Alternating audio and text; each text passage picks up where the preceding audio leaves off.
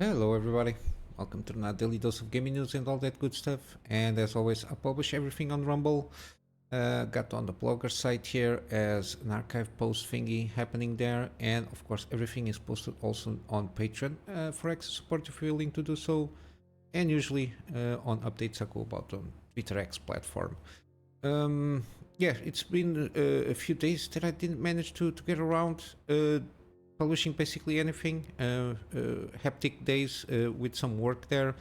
Even yesterday on the stream that I managed to do on Elden Ring, I even got messages, but I managed to delay to today. But yeah, it's bound to happen from time to time. But yeah, I try to commit on doing the scheduling proper. And yeah, today we are doing another gaming news here. Later today, it's time for finally starting Star Wars Jedi Survivor. I wrapped up already Jedi Fallen Order a few days ago now. It's almost like a week ago. Yeah, almost like a week ago. Yeah, it's I messed up there on the gaming series there. And later this one will be for the completed gameplay series. It will appear here, Jedi Survivor, sorry. And I might go around and tweak on the completed gameplay series to distinguish between 4K and 1080p. Because eventually I will do some of these games, probably Alien Isolation. When I probably go about redo Wolfenstein here, I'll probably do 4K. And the Resident Evils and Tomb Raider, so I will try to start distinguishing themselves there. And probably later I will start doing even a complete gameplay series by series, like Tomb Raider series and the such. I don't know, we'll have to wait and see. Again, streaming, when I can, I jump into it, and I published there that I'm live on Twitter X. And yeah, I will be doing Elden Ring until the DLC comes out. If I manage to get around feeling comfortable that I created the character and we can reach almost basically at the end of the game, I'll probably wrap up the game, because you don't need to start the journey. At least usually that's how it works with Dark Souls. I might wrap up the game because we got some when the DLC was announced, there is supposedly nothing on the DLC that will give like an extra version of the ending, or even it doesn't affect basically that much the main game in terms of like options that you can do on the final steps of the game. At least that's my perception. But yeah, we'll have to wait and see if it is. So I will try not to finish the game. I think there was like a couple of steps that you can avoid to reach the end game. I think it's Margit, something like that. I think it's like, no, after Margit you have to go to the, yeah, I will have to after the burning of their tree. I know that that's a thing that happens. Yeah, I will have to wait and see, and probably if I have time I will do some Death Stranding, because I really want to resume playing this game here. Yeah, not much happening here. I try to avoid certain news topics because they seem, I don't know, today is April Fool's Day, so I just coming with some news that it's in line with what we've been seeing here, especially the 7900 XTX, sorry. Dropping price little by little. Now we have this, I think it's Power Color, the version, I think it's the Hellhound. I think that's this one. It's $889. The last time we checked, this GPU was around $999, if not mistaken. Yeah, they are lowering little by little to be more competitive again. It's a little bit slower than we wanted, but the even the XT is at an official price point around $700 and some change, $730 give or take, and this is creeping below 900 in a regular basis. Even I think this is mine. Just click the link here. again, this is the one that I have. The Merc Black Edition. It's got a huge naming scheme there. The proper naming of the GPU, if not mistaken, it's only one that exists here. Yeah, this is Newegg. The promotions they are available now. This is mine. I'm pretty satisfied. It's like second to third on the XTX AIB cards in terms of performance and what you can do in terms of overclocking. I think the first it's the Sapphire, the top tier one, and then you got the I think it's the Hellbound kind of a thing there. The Red Devil stuff usually are on the top in terms of performance, and the one that I have, it's right below those in terms of like second, third, or fourth place depending.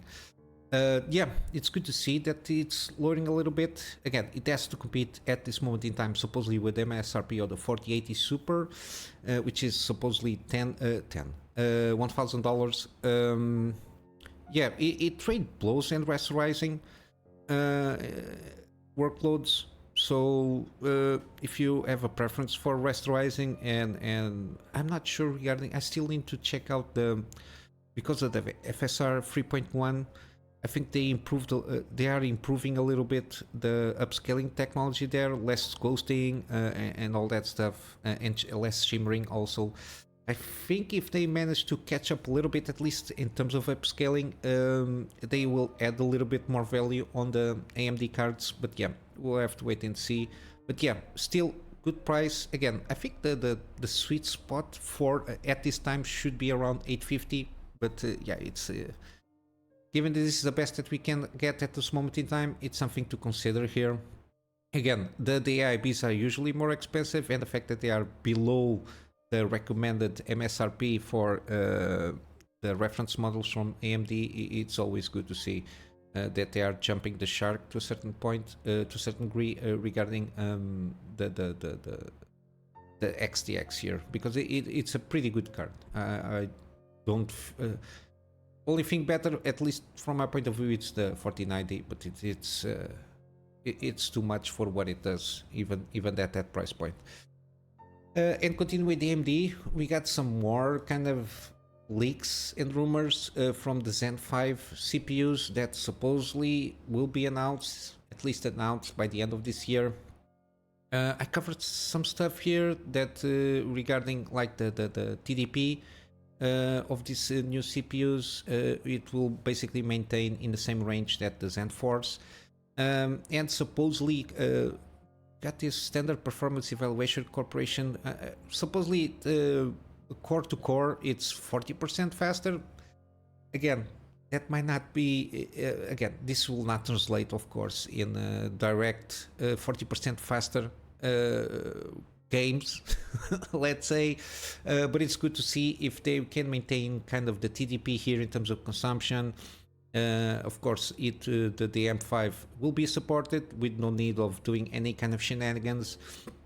And if they can uplift, I assume by faster, it's like core speeds, I don't know, megahertz the frequency here.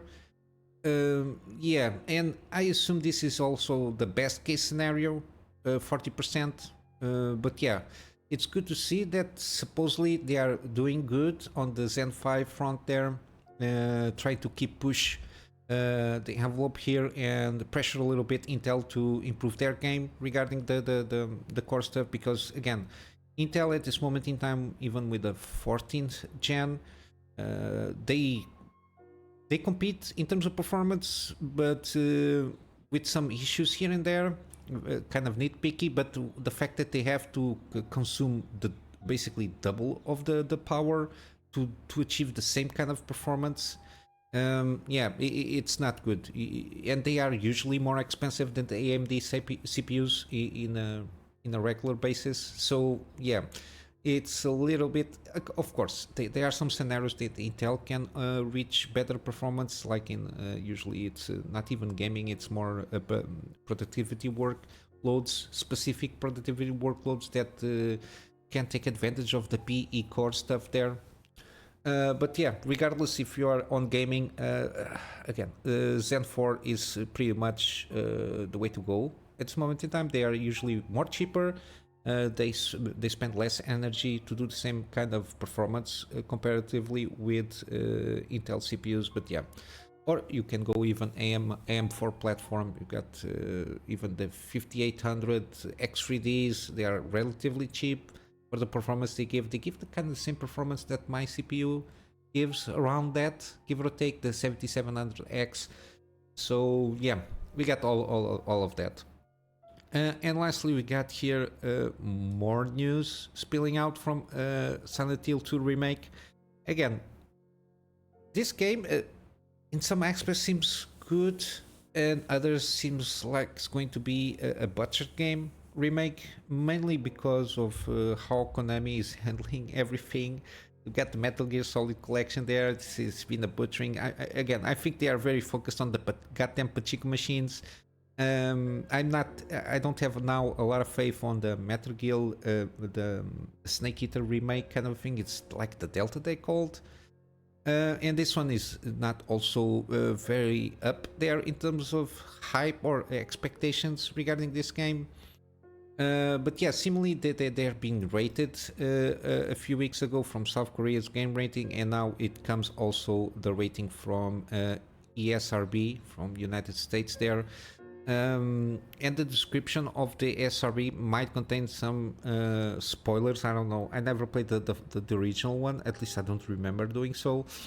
But yeah, some cutscenes, like more nudity stuff or more suggestive material. Again, this has to do a little bit in line with the story itself, because how Silent Hill horror, psychological horror works is a little bit... it pulls a lot of the demons that people have inside, so some regrets that they have, and sometimes that manifests itself in like sexuality stuff there, and trying to play around with the head of the player on that front. But yeah, it seems might have some kind of spoilers there, but yeah, I will not show the rating summary. If you want to read, again, the links are in the description of every article. But yeah, we might get some announcement on the release of the game. We got that also recently, that Bloober Teams and Konami shenanigans happening regarding the fact that when the trailer came out, it was not that good. I made some brief comments there. That seems very weird, the gameplay there. Got a lot of actiony stuff there. Again, that was made by Konami because they are the publishers there. The Bloober team didn't have anything to do with marketing. They're just doing the development stuff there. But the way they market the game, even the animations and everything seems like very weird. I don't know how to explain that. But yeah, we got some drama there. Bloober just not taking responsibilities, of course, of the marketing, because it's not their responsibility on the contract. But they said that the trailer was not the best impression of the overall game experience. They said it's more in line with the Silent Hill 2, more psychological horror, and you got some, of course, some action scenes when you had to fight some like the enemies there, but it's not very focused on that. But yeah, we'll have to wait and see. Again, as always, never pre-order games, avoid microtransactions, and wait for reviews and performance reviews also of the games, how it performs on PC or even on consoles before you make your decision to buy. Again, use the power of your wallet wisely, and support games that are good, or at least in your opinion that are good, and with that you can start, in the overall scheme of things, sending a more consistent message. Mainly because my thing with pre-orders is before you even have the product in your hand, you're just buying upfront. It's like buying, I don't know. It's paying upfront before you even have the product in your hands to try it out. I don't know. It's something that I don't like it. It's good for the companies because they, before start selling, they're already making money out of it. I understand that sometimes it might be tempting on pre-ordering stuff because of the bonuses that they usually offer, but again, it's not my recommendation, that's for sure. But yeah, this is the news that I got for today. Usually weekends are a little bit slow, and the fact that basically today it's April 1st, I don't want to take a chance of covering fake news or not fake news, but like April Fool's kind of tricks there regarding news. This seems to be all in line with the trends that I've been seeing. So that's that's why I don't touch too much today in terms of news. But yeah, some gaming deals. These are not April Fools. We got on Steam The Witcher 3 Wild Hunt. It's still on sale. 75% off. Again, complete edition is the way to go. Again, they are two awesome expansions. They really expand the game lore there. My recommendation is doing the first gameplay vanilla style. You might put some. The only mods that I recommend is like visual mods to improve like textures or something like that, or to put some filters that they are more in taste with you. And then the second and and next playthroughs, you can start messing around with some mods for gameplay and increasing or changing any kind of difficulty of the way or the game is played. But yeah, first time vanilla wise, I think it's an excellent experience. It's still like a benchmark in terms of open world RPGs kind of a thing there, which is always good to see how this, after all these years, this game is still that good. We got also Miasma Chronicles. Again, this is one of the games that I will eventually go about. Similarly improves a little bit more on what they had with how they call it, Mutant Year Zero Road to Eden, which is one of the games that I'm going about. And of course, they also did the Lamplighters League again. I already covered this. It's not supported anymore. The Beard Ladies got away from 505 games. They separated. So supposedly there is no more support for this game. I think they did the final patch and that's it. But there's still some issues here and there on this game. But yeah, at this moment in time, I want to try out Miasma Chronicles. I think they improve some systems and some gameplay issues that we had with that we are kind of having. Like it's more nitpicky stuff, but some stuff here that could have been improved in Mutant Zero. But I think it's a little bit better. We got also No Man's Sky. Again, they have been doing a lot of updates. The last one now is Orbital update. I don't know what it brings here. The last time I covered this was in February, around there, when they introduced the Omega updates. I think every time they put an update, they just put the game on sale, 50% off flat. And again, it brings everything for free, all the content there. 20 plus updates they've already done with huge amounts of content and gameplay tweaks here and there, and also gameplay additions on the game itself. And yeah, I think at this moment in time is a very well recommended game, at least at this moment in time.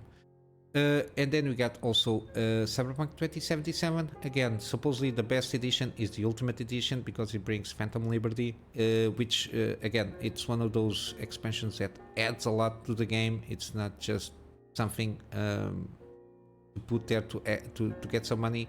There is a lot of gameplay systems that are improved with the updates that they did when they launched this expansion. And yeah, I think now is basically the perfect time to play this game. Then we got Death Stranding Director's Cut. Again, I really do recommend. I managed to snag this game on Epic Game Store for free. I don't know how many months ago. But again, if this game will come again on Epic Game Store, I will sure to let you know. But in the meantime, if you don't want to wait and you really want some Kojima weirdness here and authorship, I really do recommend this game. So far, what I've been playing, it's very intriguing. It got some themes happening there. It's not that boring, the delivery things, because you always have some challenges here and there. I also playing on the hard difficulty, and then you got the asymmetric multiplayer there with construction stuff, building roads, building outposts, things to help out each other, and maintaining all the infrastructure there that we are building. I think it's a pretty decent, I've been having a very positive experience as it is on Steam, let's say that. And then on where is it? Okay, here. GOG, we still have Plague Tale duology here, the Innocence and Requiem. 80% off on the first and 60% on the second game. We still have Alien Isolation, the collection. This has got the DLC here. I didn't play the first time the DLC. Maybe when I replay this one, I will go about and get the DLC done. Also, I think it's got some good stuff happening there. Again, this game is pretty good, even after all these years. And I think the graphics are still on par. They are pretty decent here. I'm not sure which kind of engine they used at the time. I really don't remember, but yeah, it's a pretty good game. I did a gameplay series on this one. Yeah, I will redo because I don't remember basically anything of the game, and the fact that if I can play 4K, I think it's going to be a good experience. We got also Control Ultimate Edition. Again, usual price when it goes on discount, which is $9.99. Here or in Steam, depends on when it comes on deals. I will always cover this game. It seems I really want to check out this game. We got also Deadlight Director's Cut. This is like a very small game here. For the price is an excellent value here. I played this game. I think I made a series on this one. I'm not sure if it is on. I know I played this game, and I think I did a series on this one. But I don't think it's on the channel there, this game. But yeah, it's a pretty decent one. It's kind of post-apocalyptic side-scroll game with some puzzles in here and there. But yeah, it's a pretty good one. Then we get Deus Ex, Human Revolution, and Mankind Divided. This Director's Cut is the only version there is for PC. Pretty decent one. Might seem a little bit old at this moment in time. With the engine itself, but still, it's a pretty good in terms of mechanics, at least from the time that it came out. And then we got basically the same here. This is an older game, newer game, Mankind Divided. Again, I bought the digital deluxe edition. I will go about in doing a gameplay run from this one for sure, or at least play by myself. I still need to decide that. But yeah, it's one of those that is usually at this price point here. And finally, we got the Metro franchise bundle here. Again, usually it's at this price point, around $9.50 for all free games. The first two is the Redux version, so the remastered visual editions there. And then we got Metro Exodus plus the DLC associated with that game. And I think it's a pretty good deal here. And yeah, basically this is what I got for you today. I'm just going to wrap up with a plug on my Patreon for extra support. The extra support is more in line at this moment in time to get more storage for me to be able to get backups of stuff that I do for my clients, and of course some extra space for the videos that I do for the channel. And yeah, basically this is it. I hope you have a wonderful day, and I will see you in the next one. Until then, Kunamy Master out.